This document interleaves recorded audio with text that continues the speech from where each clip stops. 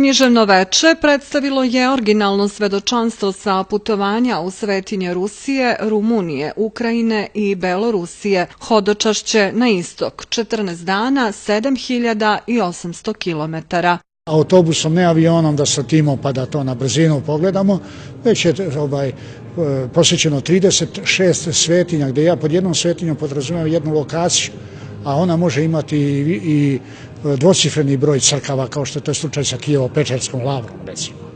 Simbolika je znači u tome što je to bilo pokloničko putovanje sa blagoslovom Srpske pravoslavne crkve. O knjizi Hodočašće na istok govorili su Vladimir Dimitrijević, Aleksandra Mišić, Mića Milovanović i autori. Pouka ove knjige je da ljudi treba što više da vide, da se okrenu našem svetu, da saznaju dosta o našim ljudima. Mnogi ne znaju našim značajnim ličnostima koje su dale i svoje živote za Rusiju.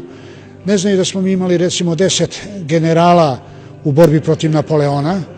Ne znaju za jednoga Vučetića koji je genij u arhitekturi, a napravio je kolosalna dela širom sveta i odneo je sva moguća priznanja nekadašnjeg Sovjetskog saveza. Ne znaju za jednoga Savu Vladislavića koji je pre 300 godina razgraničio Kinu i Rusiju i ta granica i danas postoji i za mnoge druge. Ne znaju recimo za Anu Glinsku koja je baka i guvernanta ovog cara Ivana Groznog. Knjiga Hodočašće na istok je promovisana u okviru književnog programa Doma kulture.